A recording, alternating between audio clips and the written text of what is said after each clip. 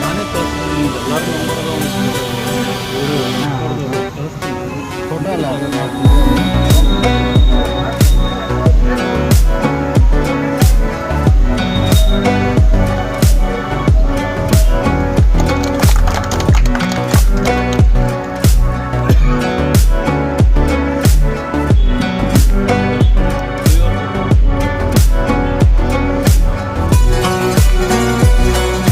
ವರ್ಷದಂತೆ ಈ ವರ್ಷವೂ ಕೂಡ ವಿಜಯಪುರ ಜಿಲ್ಲೆಯ ಗ್ರಾಮೋದ್ಯೋಗದ ಸಿಬ್ಬಂದಿಯವರು ಬಹಳ ಅರ್ಥಪೂರ್ಣವಾಗಿರ್ತಕ್ಕಂಥ ಕಾರ್ಯಕ್ರಮವನ್ನು ಹಮ್ಮಿಕೊಂಡಿದ್ದು ಜಿಲ್ಲಾಡಳಿತ ಜಿಲ್ಲಾ ಪಂಚಾಯತ್ ವಿಜಯಪುರ ಕರ್ನಾಟಕ ರಾಜ್ಯ ಖಾದಿ ಮತ್ತು ಗ್ರಾಮೋದ್ಯೋಗ ಮಂಡಳಿ ಕೈಗಾರಿಕೆ ಮತ್ತು ವಾಣಿಜ್ಯ ಗ್ರಾಮೋದ್ಯೋಗ ಮಂಡಳಿ ಕೈಗಾರಿಕೆ ಮತ್ತು ವಾಣಿಜ್ಯ ಇಲಾಖೆ ಬೆಂಗಳೂರು ಇವರ ಸಂಯುಕ್ತ ಆಶ್ರಯದಲ್ಲಿ ವಿಜಯಪುರದ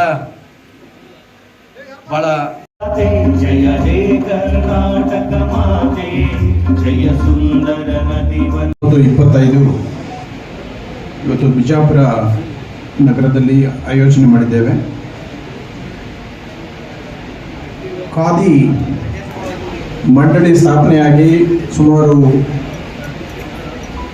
1956ರಲ್ಲಿ ಸ್ಥಾಪನೆಯಾದಂತಹ ಮಂಡಳಿ ಖಾದಿ ಉತ್ಪಾದನೆಯನ್ನು ಉತ್ತೇಜನ ಮಾಡಬೇಕು ಮತ್ತು ಖಾದಿಯನ್ನು ಪ್ರೋತ್ಸಾಹಿಸಬೇಕು ಅನ್ನೋ ದೃಷ್ಟಿಯಿಂದ ಅದರ ಜೊತೆಗೆ ಗುಡಿ ಕೈಗಾರಿಕೆಗಳನ್ನು ಗ್ರಾಮಾಂತರ ಕೈಗಾರಿಕೆಗಳನ್ನು ಸಹ ಉತ್ತೇಜನ ಮಾಡಬೇಕು ಅಂತ ತನ್ನ ಕಾರ್ಯಕ್ರಮವನ್ನು ರೂಪಿಸಿಕೊಂಡು ಉತ್ತೇಜನ ಮಾಡ್ತಾ ಬರ್ತಾ ಇದೆ. ಆ ಕಾರಣದಿಂದ ಇವತ್ತು ಕರ್ನಾಟಕದ ರಾಜ್ಯಾದ್ಯಂತ ಸುಮಾರು 178ಕ್ಕೂ ಹೆಚ್ಚು ಖಾದಿ ಸಂಸ್ಥೆಗಳು ಖಾದಿ ಕಾಟನ್ ರಂಗದಲ್ಲಿ, ಖಾದಿ ರೇಷ್ಮೆ ರಂಗದಲ್ಲಿ, ಖಾದಿ ಉಣ್ಣೆ ರಂಗದಲ್ಲಿ ಉತ್ಪಾದನೆಯನ್ನು ಮಾಡ್ತಿದ್ದಾರೆ. ಯಾವುದೇ ಶೆಡ್ಯೂಲ್ಡ್ ಬ್ಯಾಂಕಿಂದ ನೇರವಾಗಿ ಲೋನ್ ತಗೊಳ್ಳಿಕ್ಕೆ ಅವಕಾಶ ಇದೆ. ಪ್ರೈಮ್ ಮಿನಿಸ್ಟರ್ ಫಂಡಿಂದ ಅದಕ್ಕೆ ಗ್ಯಾರಂಟಿ ಇರುತ್ತೆ ಲೋನ್ ತಗೊಳ್ಳಿ. ಯಾರ್ಯಾರು ತಮ್ಮ ಭಾಗದಲ್ಲಿ ಗುಡಿ ಕೈಗಾರಿಕೆಗಳನ್ನ ಬಹಳ ತಲೆಮಾರುಗಳಿಂದ ಮಾಡ್ತಾ ಬಂದು ಅದು ಬಹಳ ವೈಶಿಷ್ಟ್ಯತೆ ಇದೆ, ಅದನ್ನ ಬೆಳೆಸಬೇಕು, ಇನ್ನು ಹೆಚ್ಚೆಚ್ಚು ದೊಡ್ಡದು ಮಾಡಬೇಕು, ಅಥವಾ ಇತ್ತೀಚಿನ ದಿನಗಳಲ್ಲಿ ಯುವಕರು ತಮಗೆ ಏನಾದರೂ ಇನೋವೇಷನ್ ಸಂಶೋಧನೆ ಆಗಿ ಇದು ಬಹಳ ಇದನ್ನ ಏನಾದ್ರು ಮಾಡಬೇಕು ಅನ್ನುವ ಹಂಬಲ ಅವರ ಮನಸ್ಸಿನಲ್ಲಿ ಇದ್ರೆ ಅದನ್ನ ಉತ್ತೇಜನ ಮಾಡಲಿಕ್ಕೆ PMEGP ಲೋನ್ ಇದೆ. ಈ ಲೋನು SC ST ವರ್ಗದವರಿಗೆ 35% ಸಬ್ಸಿಡಿ ಸಿಗುತ್ತೆ. ಇದರಲ್ಲಿ 2 ಸೇವಾ ವಲಯ ಇದೆ, ಉತ್ಪಾದನಾ ವಲಯ ಇದೆ. ಸೇವಾ ವಲಯದಲ್ಲಿ 20 ಲಕ್ಷದವರೆಗೆ ನಾವು ಸಬ್ಸಿಡಿಯನ್ನು ಕೊಡ್ತೇವೆ. 50 ಲಕ್ಷದವರೆಗೆ ಲೋನ್ ತಗೊಳ್ಳಿಕ್ಕೆ ಸಾಧ್ಯತೆ ಇದೆ, ಬಟ್ 20 ಲಕ್ಷಕ್ಕೆ ಮಾತ್ರ ಸಬ್ಸಿಡಿ ಕೊಡ್ತೇವೆ. ಸೊ SC STಗೆ 25%, 35% ಗ್ರಾಮಾಂತರ ಪ್ರದೇಶಕ್ಕೆ, 25% ನಗರ ಪ್ರದೇಶದಲ್ಲಿ ಮಾಡುವಂಥ ಕೆಲಸಕ್ಕೆ. ಅದೇ ರೀತಿ ಇತರ ವರ್ಗಗಳಿಗೆ 20%, 25% ಮತ್ತೆ 20 ಖಾದಿಯನ್ನು ಬಳಕೆ ಮಾಡಬೇಕು. ನಾವು ಹಿಂದಿನ ದಿನಗಳಲ್ಲಿ ಹೆಂಗಿತ್ತು ಅಂದ್ರೆ ನಮ್ಮ ಹಳ್ಳಿಯಲ್ಲಿ ನಮ್ಮದೇ ಮನೆಯಲ್ಲಿ ನಮ್ಮ ಹಳ್ಳಿಯಲ್ಲಿ ನಮಗೆ ಬೇಕಾದ ಟವಲ್ ಪಂಚೆ ನಾವೇ ಮಾಡ್ಕೊಳ್ತಿದ್ದೇವೆ. ಇವತ್ತು ಯಾವ ಟವಲ್ಲು ಇಲ್ಲ, ಕಚ್ಚಿಪು ಇಲ್ಲ, ಎಲ್ಲ ಮಲ್ಟಿನ್ಯಾಷನಲ್ ಕಂಪನಿಗಳು ಆಧಾರಿತ ಅವಲಂಬಿಸ್ಕೊಂಡ್ಬಿಟ್ಟಿದ್ದೇವೆ ನಾವೆಲ್ಲ. ಹಾಗಾಗಿ ಖಾದಿ ಉತ್ಸವದ ಮೂಲಕ ಜನರಿಗೆ ಈ ಮಾಹಿತಿ ತಲುಪಬೇಕು, ಇದರಿಂದ ಉತ್ತೇಜನ ಆಗಬೇಕು. ಈ ಭಾಗದ ಯುವಕರು ಏನಿದ್ದೀರಿ ಅವರಿಗೆ ಇಲ್ಲೂ ಒಂದು ವಲಯ ಇದೆ, ನಾನು ಕೆಲಸ ಮಾಡಲಿಕ್ಕೆ ಗುರುತಿಸ್ಲಿಕ್ಕೆ. ಈಗಾಗಲೇ ಖಾದಿ ಉತ್ಪಾದನೆಯನ್ನಾದರೂ ಮಾಡ್ಬೋದು, ಅಥವಾ ಖಾದಿ ಉತ್ಪಾದನಾ ಈ ವಸ್ತ್ರಗಳಿಂದ ಮಾಡರ್ನ್ ಆಗಿ ಏನಾದರೂ ಡಿಸೈನ್ಸ್ ಮಾಡಿ ಮಾರಾಟ ಮಾಡಿ ಅದರಿಂದ ಹಣ ಗಳಿಸಲಿಕ್ಕೆ ಸಾಧ್ಯತೆ ಇದೆ. ಇದರ ಏನು ವಹಿವಾಟು ಎಷ್ಟು ನಿರೀಕ್ಷಿಸಲಾಗಿದೆ ಅಂದರೆ ಕರೆಕ್ಟಾಗಿ ಮಾಡಿದ್ರೆ ನಮ್ಮ ಕರ್ನಾಟಕದಲ್ಲಿ ಇರುವ 4.5 ಕೋಟಿ ಜನರಲ್ಲಿ ಕನಿಷ್ಠ ಪಕ್ಷ 1 ಕೋಟಿ ಮಂದಿ ಒಂದು ವರ್ಷಕ್ಕೆ 1,000 ರೂಪಾಯಿ ಖಾದಿ ವಸ್ತ್ರಗಳನ್ನು, ಬಟ್ಟೆ ಇರ್ಬೋದು, ಪಂಚೆ ಇರ್ಬೋದು, ಟವೆಲ್ ಇರ್ಬೋದು, ಅಥವಾ ಜುಬಾ ಪೈಜಾಮ ಇರ್ಬೋದು, ಇದನ್ನೆಲ್ಲ ಖರೀದಿ ಮಾಡಿದ್ರೆ ಕನಿಷ್ಠ ಪಕ್ಷ 400ರಿಂದ 600, 800 ಕೋಟಿ ವಹಿವಾಟು ನಡೆಯುವಂತಹ ಒಂದು ಏನು ಪೊಟೆನ್ಷಿಯಲಿ ಈ ವಲಯಕ್ಕೆ ಇದೆ. ಅದನ್ನ ಕರ್ನಾಟಕದ ವೆದರ್ಗೆ ಖಾದಿ ಹೇಳಿ ಮಾಡಿಸಿದ್ವಿ. ನಾವು ಈಗೇನು ಬೇರೆ MNC ಫ್ಯಾಕ್ಟ್ರಿಗಳು ಉತ್ಪಾದನೆ ಮಾಡುವಂಥ ಬಟ್ಟೆ ನಾವು ಧರಿಸುವ ಮೂಲಕ ಅದು ಅನೇಕ ರೀತಿ ಆರೋಗ್ಯದ ಮೇಲೆ ಪರಿಣಾಮ ಬೀರ್ತದೆ. ಅದಕ್ಕೆ ಅನೇಕ ಸಂಶೋಧನೆಗಳಿದೆ, ಅದರ ಬಗ್ಗೆ ಹೆಚ್ಚು ಚರ್ಚೆ ಮಾಡಲಿಕ್ಕೆ ಹೋಗುವುದಿಲ್ಲ.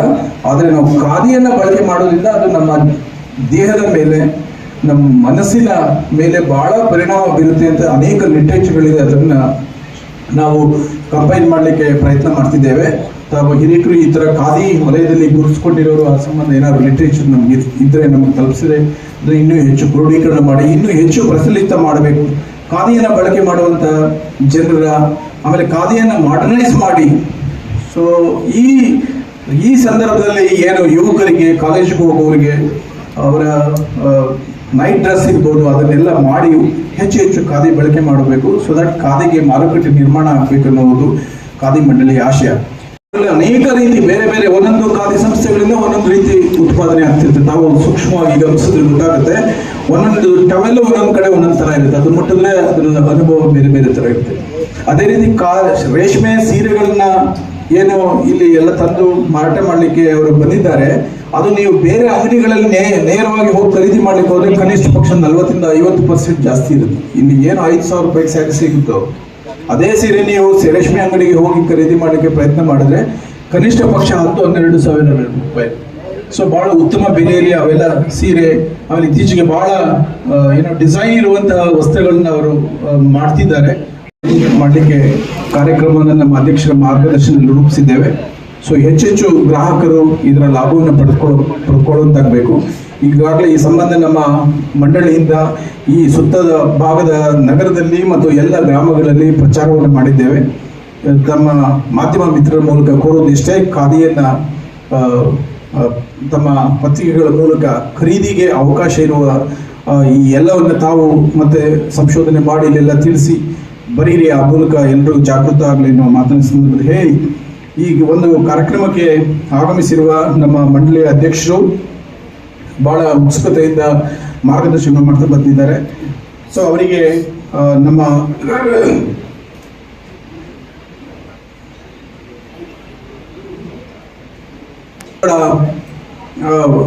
ಬಸನಗೌಡ ತುರುವಿಯಾಳರವರು, ನಮ್ಮ ಮಸ್ಕಿ ಕ್ಷೇತ್ರದ ಶಾಸಕರು, ಈಗ ನಮ್ಮ ಮಂಡಳಿಗೆ ಅಧ್ಯಕ್ಷರಾಗಿ ಕಳೆದ 2 ವರ್ಷಗಳಿಂದ ಮಾರ್ಗದರ್ಶನ ಮಾಡ್ತಾ ಬಂದಿದ್ದಾರೆ. ಅವರು ಈ ಸಮಾರಂಭದ ಅಧ್ಯಕ್ಷತೆ ವಹಿಸಿದ್ದಾರೆ. ಅವರಿಗೆ ನಿಮ್ಮೆಲ್ಲರ ಪರವಾಗಿ, ಮಂಡಳಿಯ ಪರವಾಗಿ ಸ್ವಾಗತ. ಕಾರ್ಯಕ್ರಮಕ್ಕೆ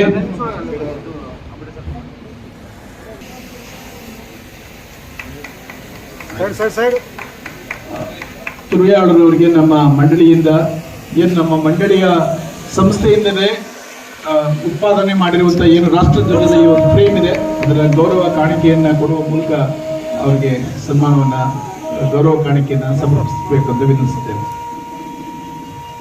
ರಾಷ್ಟ್ರಗಳು ಖಾದಿ ನಡೆಸಲಿಕ್ಕೆ ಇದೆ, ಅದನ್ನು ಮಾಡ್ತೇನೆ.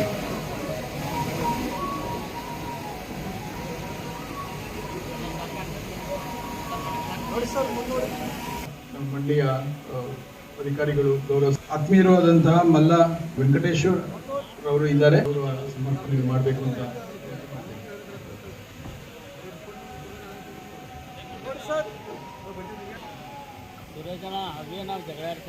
ನಮ್ಮ C&I ಜಂಟಿ ನಿರ್ದೇಶಕರಾದಂಥ ಗಂಗಾಧರ್ ಎಸ್ ದೇಸಾಯಿ ಅವರು ಇದ್ದಾರೆ. ಜಿಲ್ಲಾ ಕೈಗಾರಿಕಾ ಕೇಂದ್ರ, ಇವರು ಇಬ್ಬರು ನೋಡಲ್ ಏಜೆನ್ಸಿ. ಈ ಒಂದು ಕಾರ್ಯಕ್ರಮ ಯಶಸ್ವಿಯಾಗಿ ನಡೆಸಲಿಕ್ಕೆ ನಮ್ಮ ಕಚೇರಿಯ ಅಧಿಕಾರಿ ಸಿಬ್ಬಂದಿಗಳು ಬಹಳ ಒಂದು ವಾರದಿಂದ ಸತತವಾಗಿ ದಿನನಿತ್ಯ ಕೆಲಸ ಮಾಡಿದ್ದಾರೆ. ಅವರಿಗೂ ಎಲ್ಲ ಸ್ವಾಗತವನ್ನು ಬಯಸ್ತಾ ಮಾಡ್ತೇನೆ.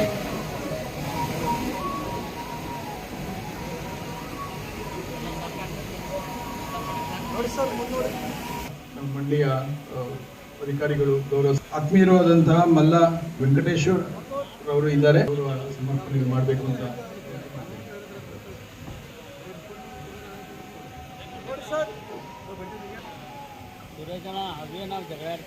ನಮ್ಮ C&I ಜಂಟಿ ನಿರ್ದೇಶಕರಾದಂಥ ಗಂಗಾಧರ್ ಎಸ್ ದೇಸಾಯಿ ಅವರು ಇದ್ದಾರೆ. ಜಿಲ್ಲಾ ಕೈಗಾರಿಕಾ ಕೇಂದ್ರ, ಇವರು ಇಬ್ಬರು ನೋಡಲ್ ಏಜೆನ್ಸಿ. ಈ ಒಂದು ಕಾರ್ಯಕ್ರಮ ಯಶಸ್ವಿಯಾಗಿ ನಡೆಸಲಿಕ್ಕೆ ನಮ್ಮ ಕಚೇರಿಯ ಅಧಿಕಾರಿ ಸಿಬ್ಬಂದಿಗಳು ಬಹಳ ಒಂದು ವಾರದಿಂದ ಸತತವಾಗಿ ದಿನನಿತ್ಯ ಕೆಲಸ ಮಾಡಿದ್ದಾರೆ. ಅವರಿಗೂ ಎಲ್ಲ ಸ್ವಾಗತವನ್ನು ಬಯಸ್ತಾ ಧನ್ಯವಾದಗಳು.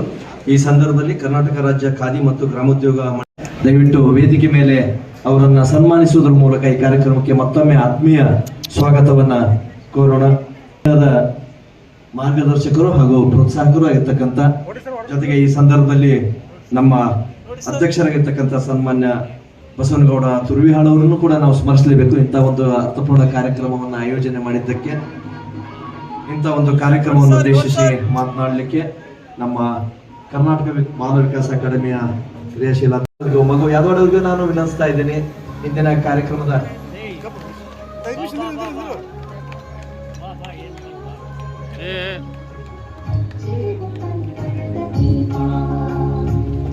ಧ್ಯಾನದ ಸಂಕೇತವಾಗಿರ್ತಕ್ಕಂಥ ದೀಪವನ್ನ ಕ್ರಿಯಾಶೀಲ ಅಧ್ಯಕ್ಷರಾಗಿರ್ತಕ್ಕಂಥ ಸಂಗಮೇಶ್ ಅಪ್ಪಾಶಿ, ಅದರ ಜೊತೆಗೆ ಜನಸಾಮಾನ್ಯರಲ್ಲಿ ಅದರ ಖಾದಿ ಮತ್ತು ಗ್ರಾಮೋದ್ಯೋಗ ಮಂಡಳಿಯ ಅಧ್ಯಕ್ಷರು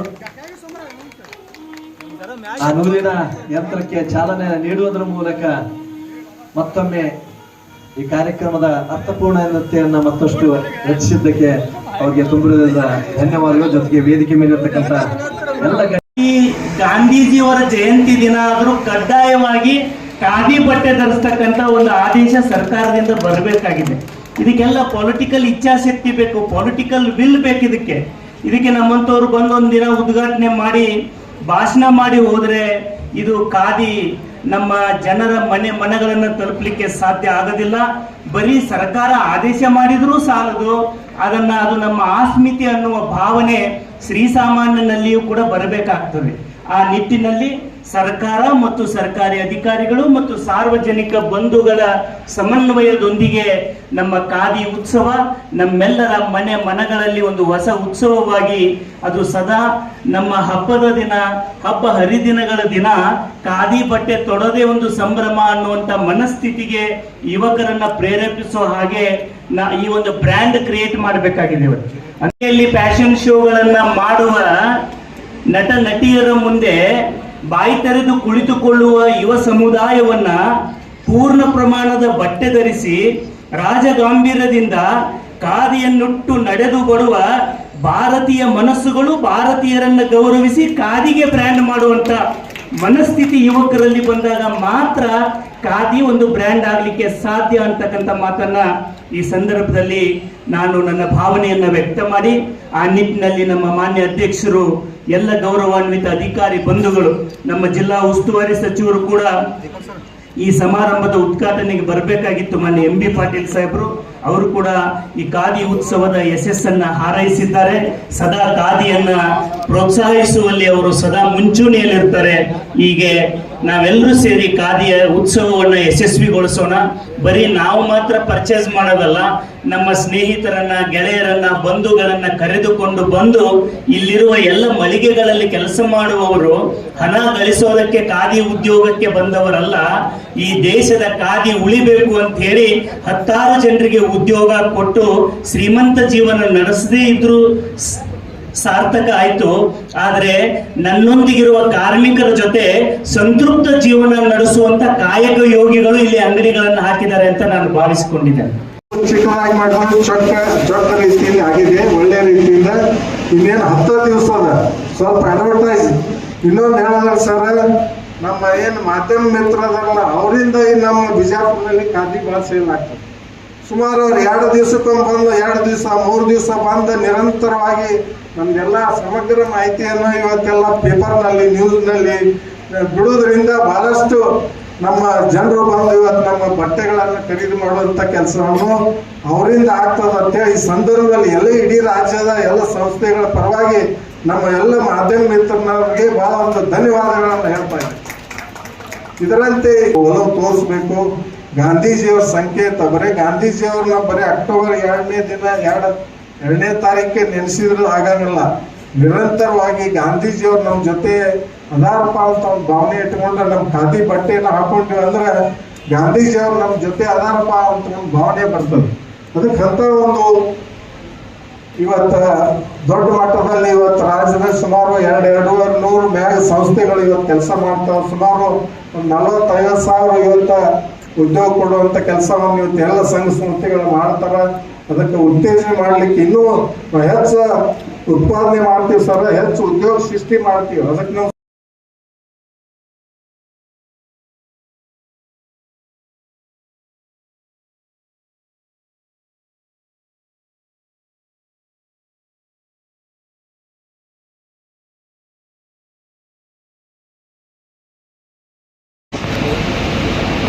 ಸಚಿವರಾಗಿದ್ದ ಮಾನ್ಯ ಜವಳಿ ಕಬ್ಬು ಅಭಿವೃದ್ಧಿ ಮತ್ತು ಸಕ್ಕರೆ ಹಾಗೂ ಕೃಷಿ ನಮ್ಮ ಪ್ರಭುತ್ವ ಮತ್ತು ಮಧ್ಯಮ ಕೈಗಾರಿಕೆ ಮೂಲ ಸೌಲಭ್ಯದ ಅಭಿವೃದ್ಧಿ ಸಚಿವರು ಹಿರಿಯರಾಗಿರ್ತಕ್ಕಂಥ Shri doctor M B Patil ಸಾಹೇಬ್ರವರು, ಜಿಲ್ಲೆಯಾಗಿರ್ತಕ್ಕಂಥ ಈ ಜಿಲ್ಲೆಯ ಉಸ್ತುವಾರಿಗಳಾಗಿರ್ತಕ್ಕಂಥವರು ಈ ಜಿಲ್ಲೆಯಲ್ಲಿ ಒಂದು ಯಾವ ರೀತಿಯಾಗಿ ಜನರನ್ನ ಒಂದು ಬೆಳೆಸಬೇಕು, ಇವತ್ತು ಅವರಿಗೆ ದುಡಿಮೆಯ ಕೆಲಸಗಳನ್ನು ಕೊಡಬೇಕು ಅನ್ನುವಂಥ ನಿಟ್ಟಿನಲ್ಲಿ ಭಾರಿ ನೀರಾವರಿ ಸಚಿವರಾದಂಥ ಸಂದರ್ಭದಲ್ಲಿ ಈ ಜಿಲ್ಲೆಯನ್ನು ಹಿಂದೆ 10-12 ವರ್ಷಗಳಿಂದ ನೋಡಿದಾಗ ಯಾವ ರೀತಿ ಇತ್ತು, ಇವತ್ತು ಆ ಜಿಲ್ಲೆ ಅದ್ಭುತವಾಗಿ ಬೆಳೀಲಿಕ್ಕೆ ಕಾರಣರಾಗಿರ್ತಕ್ಕಂಥ ನಮ್ಮ ಹಿರಿಯರು, ನಮ್ಮ ಪಕ್ಷದ ಆಧಾರ ಸ್ತಂಭ ಅಂತ ಹೇಳಲಿಕ್ಕೆ ನಾವು ಬಯಸ್ತೇವೆ. ಅಂಥ ಒಬ್ಬ ಮಹಾನ್ ನಾಯಕರ ಆ ಒಂದು ಕುಟುಂಬದ ವ್ಯವಸ್ಥೆಯಲ್ಲಿ ಈ ಜಿಲ್ಲೆಯಲ್ಲಿ ಇವತ್ತು ಒಳ್ಳೆ ಅಭಿವೃದ್ಧಿಗಳನ್ನು ನಾವು ಕಾಣಲಿಕ್ಕೆ ಸಾಧ್ಯ ಆಗಿದೆ. ಅವ್ರನ್ನೂ ಕೂಡ ನಾವು ನೆನೆಸ್ಬೇಕಾಗ್ತದೆ. ಹಾಗಾಗಿ ಇವತ್ತಿನ ಕಾರ್ಯಕ್ರಮ ಈಗ ಅನೇಕ ಕಡೆ ನಾವು ಈಗಾಗಲೇ 10 ಜಿಲ್ಲೆಗಳಲ್ಲಿ ಈ ಕಾರ್ಯಕ್ರಮವನ್ನು ಆಯೋಜನೆ ಮಾಡಿ, ನಾನು ಅಧ್ಯಕ್ಷನಾದ ನಂತರ ಇದು ರಾಜ್ಯ ಮಟ್ಟಕ್ಕೆ ಮಾತ್ರ ಹೆಚ್ಚು ಸೀಮಿತ ಕೊಡ್ತಕ್ಕಂಥದ್ದಾಗಿತ್ತು.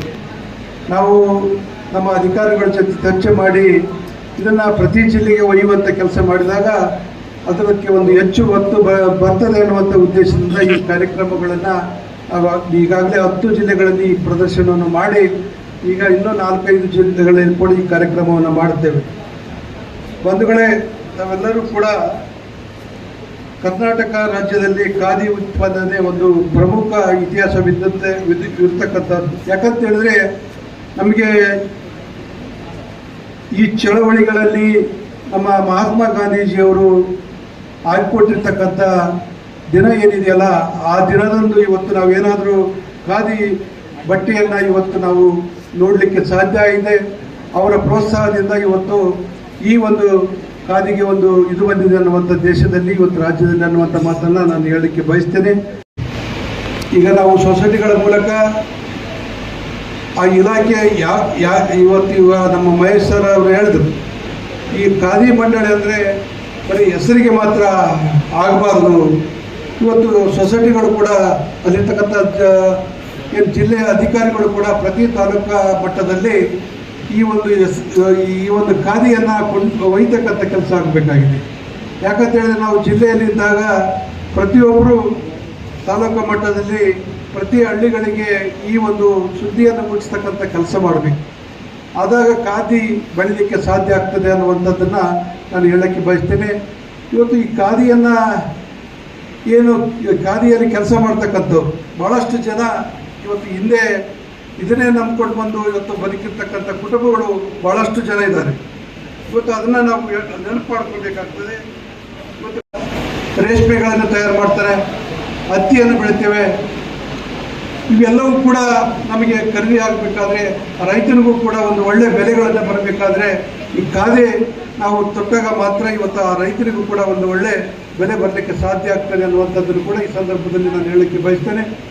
ಇವತ್ತು ತಯಾರು ಮಾಡುವಂಥ ಶಕ್ತಿ, ಇವತ್ತು ಆ ನೂಲನ್ನು ನುಯ್ಯುವಂಥದ್ದನ್ನು ನೋಡಿದರೆ ನಾವು ಹಿಂದೆ ಯಾವ ರೀತಿಯಾಗಿ ಇವತ್ತು ಅದನ್ನು ಬಟ್ಟೆಯನ್ನು ತಯಾರು ಮಾಡ್ತಿದ್ದಾರೆ ಅನ್ನುವಂಥದ್ದು ಕೂಡ ಈಗ ಈ ಉದ್ಘಾಟನೆ ಆಗಿರ್ತಕ್ಕಂಥ ಒಂದು ಚರಕದ ಮೂಲಕ ನಾವು ನೋಡ್ತಾ ಇದ್ದೇವೆ. ನಮ್ಮ ಸಂಸ್ಕೃತಿಗಳನ್ನು ಕೂಡ ಅವ್ರಿಗೆ ತಿಳಿಸಬೇಕಾಗಿದೆ. ಇವತ್ತು ಬರೀ ವಿದ್ಯೆ ಇದ್ದರೆ ಸಾಲದು, ಈ ಸಂಸ್ಕೃತಿಯನ್ನು ನಾವು ಅಳವಡಿಸಿಕೊಂಡಾಗ ಮಾತ್ರ ನಮ್ಮ ಮನೆಗಳು, ನಮ್ಮ ರಾಜ್ಯಗಳು, ನಮ್ಮ ಜಿಲ್ಲೆಗಳು ಎಲ್ಲವೂ ಕೂಡ ಸ್ವಚ್ಛವಾಗಿ ಇರಲಿಕ್ಕೆ ಸಾಧ್ಯ ಆಗ್ತದೆ ಅನ್ನುವಂಥ ಮಾತನ್ನು ಈ ಸಂದರ್ಭದಲ್ಲಿ ನಾನು ಹೇಳಲಿಕ್ಕೆ ಬಯಸ್ತೇನೆ. ಇವತ್ತು ನಮ್ಮ ಖಾದಿಯ ನಟೇಶ್ ಅವರು ಬಂದ ಮೇಲೆ ಅದಕ್ಕಿಂತ ಒಂದು 6 ತಿಂಗಳಿಂದ ಇವತ್ತು ಒಳ್ಳೆ ಆ್ಯಕ್ಟಿವ್ ಆಗಿರ್ತಕ್ಕಂಥ ಒಬ್ಬ ಅಧಿಕಾರಿಗಳು ಸಿಕ್ಕಾಗ ಮಾತ್ರ ಮುಂದೆ ಓಡಲಿಕ್ಕೆ ಸಾಧ್ಯ ಆಗ್ತದೆ. ಅವರು ಕೆಲಸ ಮಾಡಬೇಕು, ಅಧಿಕಾರಿ ವರ್ಗದವರು ಅವರು ಕೆಲಸ ಮಾಡಿದಾಗ ಮಾತ್ರ ಇವತ್ತು ಜನಪ್ರತಿನಿಧಿಗಳಿಗೆ ಹೆಸರು ಬರಲಿಕ್ಕೆ ಸಾಧ್ಯ. ಇವತ್ತು ಯಾಕಂತ ಹೇಳಿದ್ರೆ ನಾವು ಎಷ್ಟೇ ಅಂತಂದ್ರೂ ಕೂಡ ಅವ್ರು ಕೆಲಸ ಮಾಡದಿದ್ರೆ ಇವತ್ತು ಏನು ಮಾಡೋಕ್ಕಾಗೋದಿಲ್ಲ. ಅದಕ್ಕೆ ಅಧಿಕಾರಿಗಳು ಇಂಟ್ರೆಸ್ಟ್ ತಗೊಂಡು ಯಾವ ಕೆಲಸ ಮಾಡ್ತಾರೆ ಅವತ್ತು ಇವತ್ತು ರಾಜ್ಯ ಇವತ್ತು ದೇಶ ಉದ್ಧಾರ ಆಗಲಿಕ್ಕೆ ಸಾಧ್ಯ ಇದೆ. ಇವತ್ತು ನಮ್ಮ ಇಲಾಖೆ ಕೂಡ ಅದೇ ರೀತಿಯಾಗಿ ಇವತ್ತು 6 ತಿಂಗಳಿಂದ ಒಂದು ಒಳ್ಳೆ ಇದರಿಂದ ಕಾರ್ಯವನ್ನು ಮಾಡ್ತಕ್ಕಂಥ ನಮ್ಮ ಒಬ್ಬ ಅಧಿಕಾರಿಗಳು ಸಿಕ್ಕಿದ್ದಾರೆ. ಇವತ್ತು ನಟೇಶ್ ಅವರು ಕೂಡ ಪ್ರತಿ ಜಿಲ್ಲೆಗಳಿಗೆ ವಿಸಿಟ್ ಮಾಡಿ ಅಲ್ಲಿರ್ತಕ್ಕಂಥ ಅಧಿಕಾರಿಗಳನ್ನ ಕೂಡ ಎಚ್ಚರಿಸುವಂಥ ಕೆಲಸ ಮಾಡ್ತಾ ಇದ್ದಾರೆ. ಅದಕ್ಕೆ ನಾವೆಲ್ಲರೂ ಊರಿನ ಹಿರಿಯರು, ಈಗಾಗಲೇ ವೇದಿಕೆ ಮೇಲೆ ಇರ್ತಕ್ಕಂಥ ಎಲ್ಲ ಹಿರಿಯರು ಭಾಳ ಸವಿಸ್ತಾರವಾಗಿ ತಾವು ಹೇಳಿದರು. ಬಿಜಾಪುರ ಜಿಲ್ಲೆ ಅಂತ ಹೇಳಿದ್ರೆ ಭಾಳಷ್ಟು ಖಾದಿಯನ್ನು ಧರಿಸುವಂಥದ್ದು, ರೇಷ್ಮೆಯನ್ನು ಧರಿಸುವಂಥದ್ದು ಅನ್ನುವಂಥ ಮಾತನ್ನು ಈಗಾಗಲೇ ಪಾಟೀಲ್ರವರು ಹಿರಿಯರು ಹೇಳಿದ್ದಾರೆ. ಅವರು ಈ ಒಂದು ಸಂಸ್ಥೆಯ ಅಧ್ಯಕ್ಷರಿದ್ದಾರೆ. ಇವತ್ತ ಒಂದು ಜಿಲ್ಲೆ ಒಂದು ಅದ್ಭುತವಾಗಿ ಇರ್ತಕ್ಕಂಥ ಖಾದಿ ಒಂದು ಬೆಳೆಯಲಿ ಅನ್ನುವಂಥ ಉದ್ದೇಶವನ್ನು ನಾನು ಹೇಳಿಕೆ ಬಯಸಿ ಇವತ್ತಿನ ಕಾರ್ಯಕ್ರಮದಲ್ಲಿ ಏನು ತಾವೆಲ್ಲರೂ ಕೂಡ ಸೊಸೈಟಿಯವರು ಕೂಡ ಅಷ್ಟೇ ಇಲ್ಲಿದ್ದೀರಿ, ಮಾಧ್ಯಮದವರಿದ್ದಾರೆ. ಆದರೆ ನಾನು ಡಿಸ್ಟಿಕ್ ಅಧಿಕಾರಿಗಳಿಗೆ ಹೇಳ್ತೀನಿ, ಜನರನ್ನು ತರಲಿಕ್ಕೆ ಕೂಡ ತಾವು ಪ್ರಯತ್ನವನ್ನು ಮಾಡಬೇಕಂತ ಹೇಳಲಿಕ್ಕೆ ನಾನು ಬಯಸ್ತೇನೆ. ಅದನ್ನು ಈಗಾಗಲೇ ಹಿರಿಯರು ಹೇಳಿದ್ರು, ಮಾಧ್ಯಮದ ಸ್ನೇಹಿತರು ಪ್ರತಿನಿತ್ಯ ಈ ಕಾರ್ಯಕ್ರಮದ ಬಗ್ಗೆ ಪ್ರಚಾರವನ್ನು ಮಾಡಿದಾಗ ಇಡೀ ಜಿಲ್ಲೆಯಾದ್ಯಂತ ಮುಟ್ಲಿಕ್ಕೆ ಸಾಧ್ಯ ಆಗ್ತದೆ. ಇಲ್ಲಿ ಮಳಿಗೆಗಳು ಈಗ ಎಲ್ಲ ಎಷ್ಟೊಂದು ನಾವು 10 ಜಿಲ್ಲೆಗಳೆಲ್ಲ ಮಾಡಿದ್ದೇವೆ, ಅಲ್ಲಿ ಹೆಚ್ಚು ಮಾರಾಟವಾಗಿದೆ. ಪ್ರತಿಯೊಂದು ಜಿಲ್ಲೆಗಳಲ್ಲಿ ಕೂಡ ಹೆಚ್ಚು ಮಾರಾಟವಾಗಿರ್ತಕ್ಕಂಥದ್ದು. ಯಾಕಂದರೆ ನಾವು ಸೊಸೈಟಿಗಳ ಮೂಲಕ ಅವ್ರಿಗೆ ಕೇಳಿದಾಗ ಯಾವ ಜಿಲ್ಲೆಯಲ್ಲಿ ಎಷ್ಟು ಮಾರಾಟಗಳಾಗಿದೆ ಅಂದರೆ ಅವರು ಅಧಿಕವಾಗಿ ಮಾರಾಟವನ್ನು ಆಗಿದೆ ಅನ್ನುವಂಥ ಮಾತನ್ನು ಇವತ್ತು ಅವರು ವರದಿಯನ್ನು ಕೊಡ್ತಾ ಇದ್ದಾರೆ. ಅದಕ್ಕಿಂತ ಹೆಚ್ಚು ಈ ಬಿಜಾಪುರ ಜಿಲ್ಲೆಯಲ್ಲಿ ಈ 10 ದಿನ ಈ ಮಾರಾಟ ಮಳಿಗೆಗಳ ಅಲ್ಲಿಂದ ಬೇರೆ ಬೇರೆ ಜಿಲ್ಲೆಗಳಿಂದ ಬಂದಿರ್ತಾರೆ. ಅವರಿಗೆ ಆ ಒಳ್ಳೆ ಬಟ್ಟೆಯನ್ನು ನುಯ್ದಿರ್ತಾರೆ. ಅದನ್ನು ತೆಗೆದುಕೊಂಡು ಅವರಿಗೂ ಕೂಡ ಒಂದು ಶಕ್ತಿಯನ್ನು ಕೊಡುವಂಥ ಕೆಲಸ ಬಿಜಾಪುರ ಜಿಲ್ಲೆದ ಎಲ್ಲ ಜನತೆ ಮಾಡಬೇಕನ್ನುವಂಥ ಮಾತನ್ನು ಹೇಳಿ ಈ ಒಂದು ಕಾರ್ಯಕ್ರಮಕ್ಕೆ ಉದ್ಘಾಟನೆ